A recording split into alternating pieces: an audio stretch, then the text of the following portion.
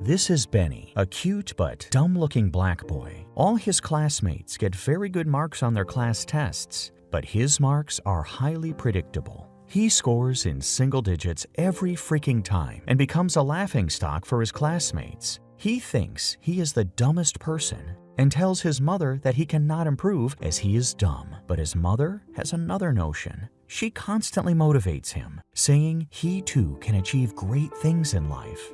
This is a true story of a man in flesh and blood, an extraordinary life of an ordinary person who achieves the impossible. Despite being mocked at and racially harassed time and time again by friends and teachers, he bounces back and does what only a genius can do. His story begins in this classroom. He, as predictable, again gets a 0 on his class test. A girl says that he has got none, but the class teacher hears it 9. While other students score above 20, the teacher appears to be happy with Bernie's poor score when she thinks that is 9. This is quite an improvement by Bernie's standards. When everybody finds Bernie's marks, the class laughs loudly, as if routinely. This does not stop here. To make things worse, people mock Bernie whenever they find him. Bernie is followed everywhere, not because he is celebrated, but for the wrong reason. A group of bullies follow him and start bullying him. He looks frustrated, as anyone would in his situation.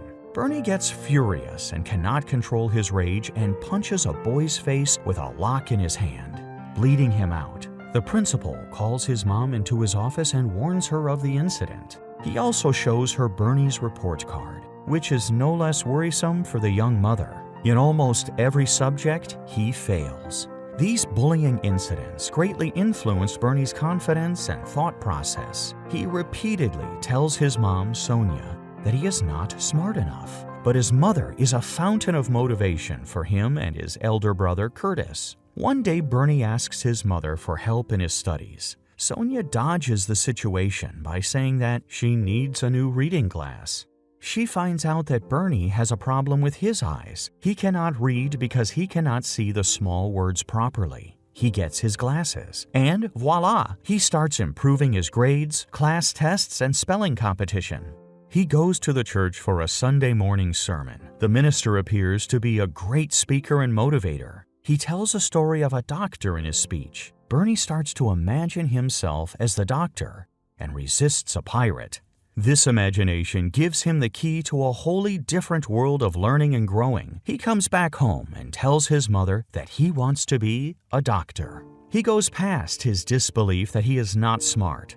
A new vista of life opens up for him. But Sonia is not happy. The boys spend a lot of time watching TV. She feels sad and visits a psychiatric facility. She tells the doctor about her fear and anxiety. She could not go to school and got married at the tender age of 13. She finds out that her husband has another wife and childed from that marriage. She continues the marriage because she was concerned about her boy's upbringing, but she further gets to know about her husband's engagement in drug dealing. She comes out of the marriage and brings up her boys as single mother. Her life is hard. She works as a cleaner to run the family, but her truth is hidden from her children. This causes great havoc on her mental health, and the fear and anxiety starting to eat her up, giving her depression. The doctor finds out that she has suicidal thoughts. He suggests that she get admitted for a few days. She is worried, but she decides the same. Sonia tells Curtis and Bernie that she is visiting Detroit. She leaves them in an elderly woman's care. She asks the boys to memorize the tables. The boys protest, but they have no way out. When Sonia reaches the hospital, she finds a letter by Bernie among her belongings, full of spelling mistakes, but the letter is very moving. Sonia gets emotional seeing the letter. Meanwhile, Bernie keeps improving his studies. Now he gets 24 out of 25 on a class test. She runs home to tell her sister Scott, their caregiver, but to his surprise, he finds his mom is back home. He embraces her, says about his progress, and shows her his marks. Sonia is visibly very proud and happy. She keeps motivating Bernie and keeps improving. Sonia, meanwhile, finds cleaning work at a learned and compassionate person's house. She is gobsmacked by seeing a huge room full of numerous books. She comes back home and sees her boys are watching TV. She switched it off and decrees that the boys should go to the library, read 2 books every week, and write a report on each of them. She also declares that the boys can only watch 2 TV programs every week after finishing their homework. The boys look frustrated, but they listen to their mom. They enroll themselves in a library and develops their reading habit. They start the process of learning. On TV as well, they watch a quiz show to broaden their minds. This new love for learning starts giving Bernie a dividend instantaneously. The class teacher picks a rock and asks the class if they know about it. Nobody knows except a doubtful Bernie. He says that the rock is obsidian. He goes on to explain the process of obsidian formation. The teacher is surprised by the depth of knowledge of this young lot. He asks Bernie to talk to him after the class. Bernie meets him, and the teacher says that he has unlocked the power of his brain.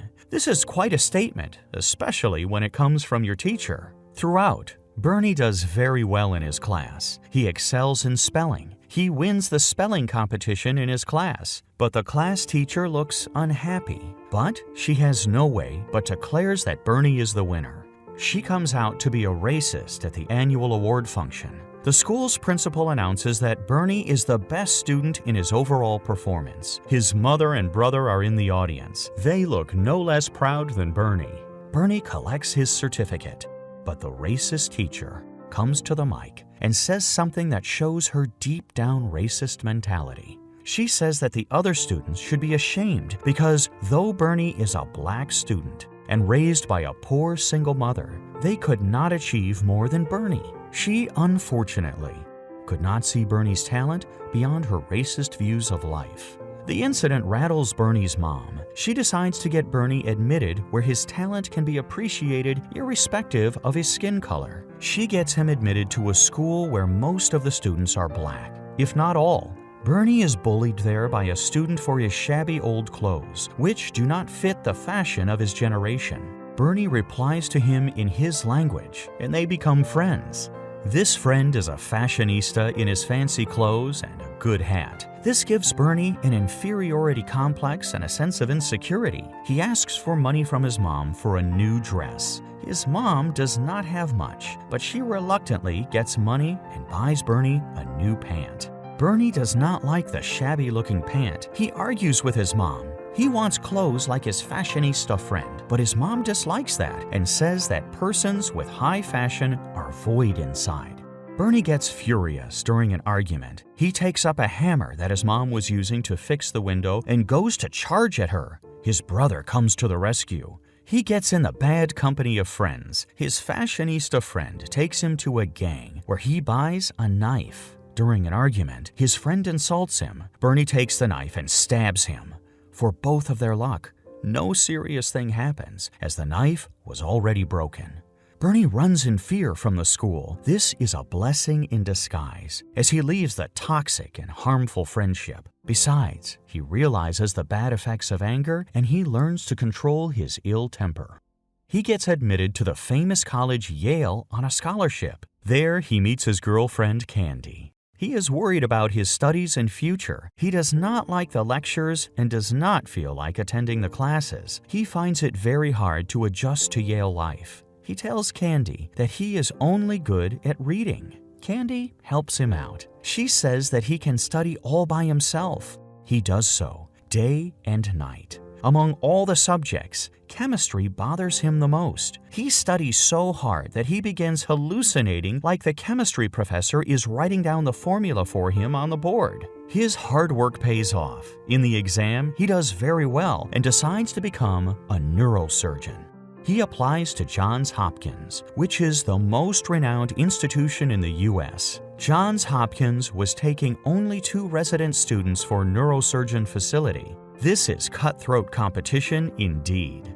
Only the best of students can get an opportunity there. Bernie is steadfast that he wants to get admitted only there and nowhere else, and applies nowhere else. He takes an interview. His confidence impresses the doctor. When asked why he wants to be a neurological surgeon, Bernie replies that the brain is a mysterious organ and wants to unfold its mystery. He says that he believes that a miracle can happen, and he wants to do the miracle. His confidence impresses the interviewer, and he gets his admission and continues to excel.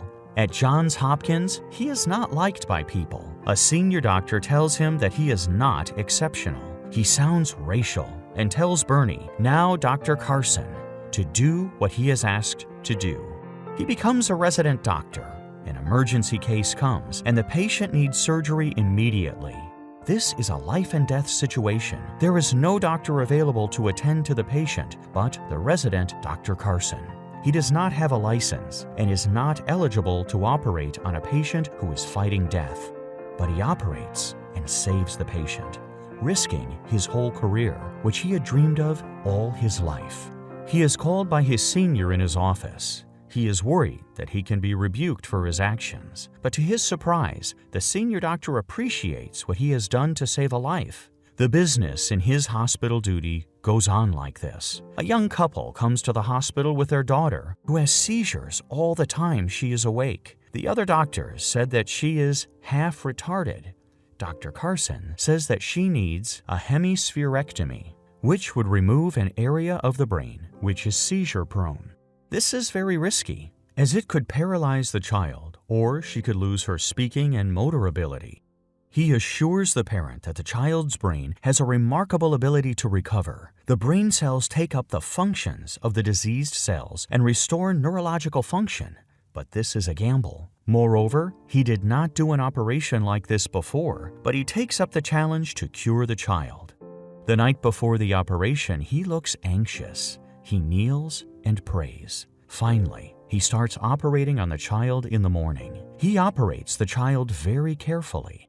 The operation is done. Now it is the moment of judgment. The anesthesiologist tries to bring the child back to conscience. Everybody is very worried. The situation gets tensed up every second. She does not respond. She is moved to the general ward. Dr. Carson briefs the parents and says it would take a while to know if she could speak or move. But, like a miracle, the child calls out to her mom and dad. Dr. Carson wins the first of many challenges. This incident gets media attention. In the press conference, along with her parents beside him, he tells the whole world about the success and the health of his patient. He says that the brain is a miraculous organ that made it possible, and this hemispherectomy would go on to become the go-to method in most future cases. He starts enjoying success in his professional life, but his personal life is not as sweet. His wife is pregnant. Then the tragic incident happens. They lose the child stillborn. He gives his wife time and spends by her bedside, but his wife tells him to go to the hospital and continue with his duty. Though reluctant, he goes. He breaks down thinking about his tragic loss. His mom consoles him and says that he can save many lives and achieve whatever he wants in life. The next morning, he joins his duty as usual. The most challenging of his operation is yet to come. He went to Germany on the invitation as a consultant for the possibility of separating twins whose head is conjoined. The case is as complex as it gets. He, at first, is not willing to take the case because of the complexity of the case, but he is the best child neurosurgeon in the world. He takes the risk. He researches hours after hours, day and night, and he prepares himself for the operation. Now, the D-Day comes. The children's parents come from Germany. Dr. Carson, along with 50 members of staff, prepares for the operation. They get an alternative for each machine. They rehearse for hours so that no mistakes can occur. This case does not have any scope, even for a single mistake. Two groups of doctors prepare for the operation and to tend two children separately after the operation. The operation starts at 7:15 in the morning. It involves cardiothoracic surgeons as well. To prevent the children from bleeding out, the circulation of blood to the brain is stopped by a cardiac operation first. Then the process of separation of the brain starts. Dr. Carson has only an hour to complete. If he takes more than an hour, there is a chance of being brain dead. And this will be a failure in the first place, but as usual, he does it in time. And the whole process completes in a long 22 hours period. Dr. Carson meets the parents and informs them about the success of the miraculous complex operation. The end.